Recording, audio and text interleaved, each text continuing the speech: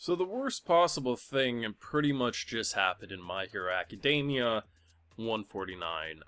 Bakugo got bodied. Not bodied in the way that, oh, he's down for the count, he lost an arm.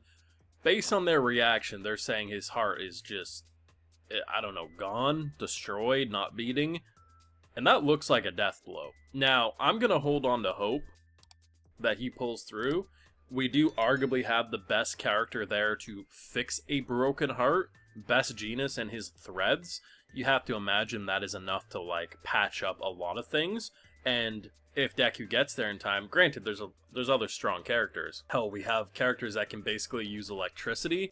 We could do jumpstart restarting a heart. It is entirely possible. But here's the thing, I actually did think someone was going to die this episode, but I was thinking it was more on, like, some of the others. Like, when we were building into the plasma cannon, the music and everything that we were hearing, that gave me more Death Flag vibes than Bakugo.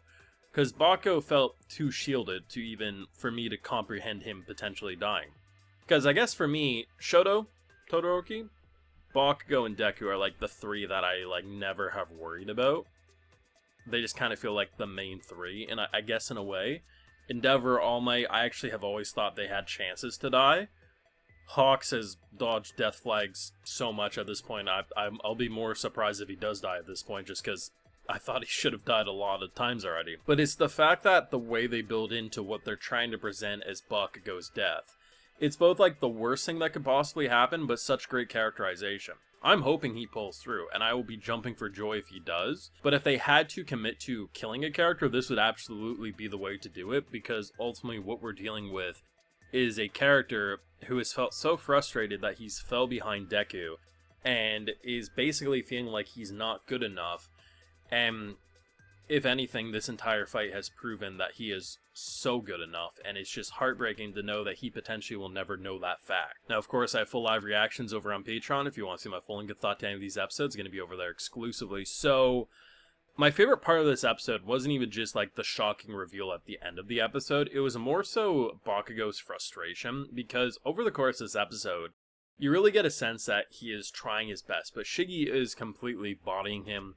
Honestly, he's the perfect villain. He's basically talking about, it's a good thing that I can't use decay, because at the very least, when Deku gets here, there will be something here for him to see. Pretty much saying that I am going to kill you no matter what, but at least Deku will have to look at a body rather than a pile of ash, like if I was able to go full out. It's completely menacing, evil, but it's what you want from a antagonist, a villain. What I absolutely adore is what they did with Bakugo's, like, quote-unquote power-up. So, I think the best thing they did was when Best Genus was trying to tell Bakugo, like, hey bro, like, we brought you here because you fought him before. That was only going to take us so far. At this point, leave it to us. You don't have to feel bad. Like, it is okay to tap out here, especially given how hard he got bodied. And during that conversation, what I really enjoyed what they did was that they had him, like, call out his moves. He would say stuff like right, left, up, whatever. Like, he was basically calling out exactly what Shigaraki was going to do before he did it.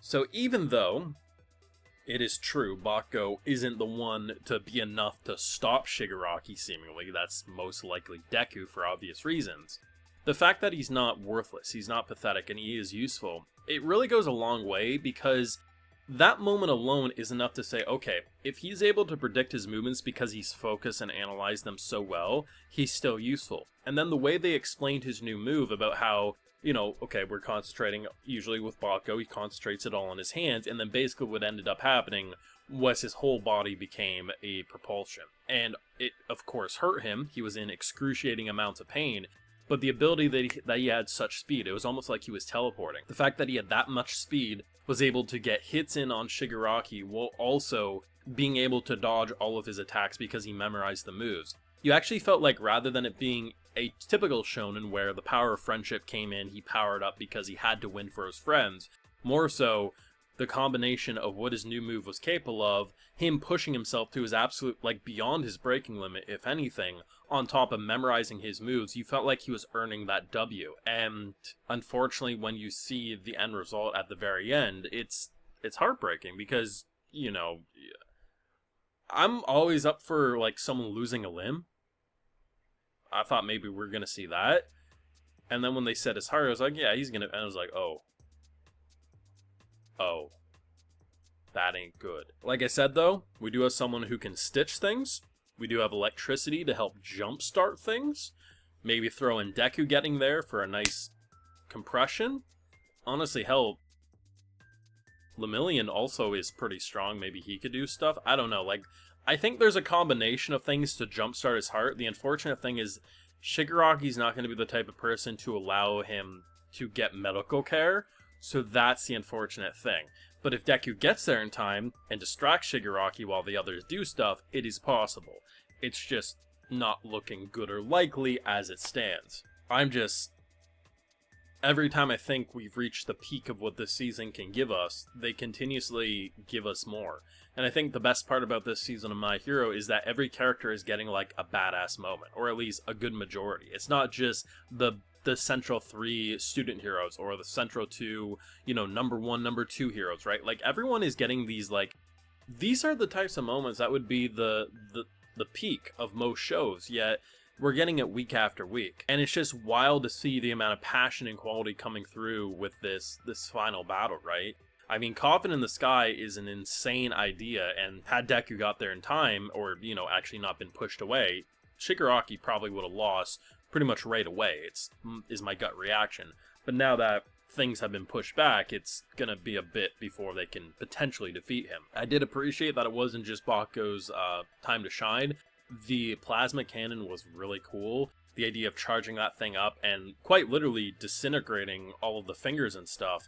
Of course, it wasn't going to be enough, but you can't deny the plasma cannon was really, really cool. And just seeing our boy phase through everything, basically saying can't touch this, was just awesome because I wasn't expecting to see that for this season.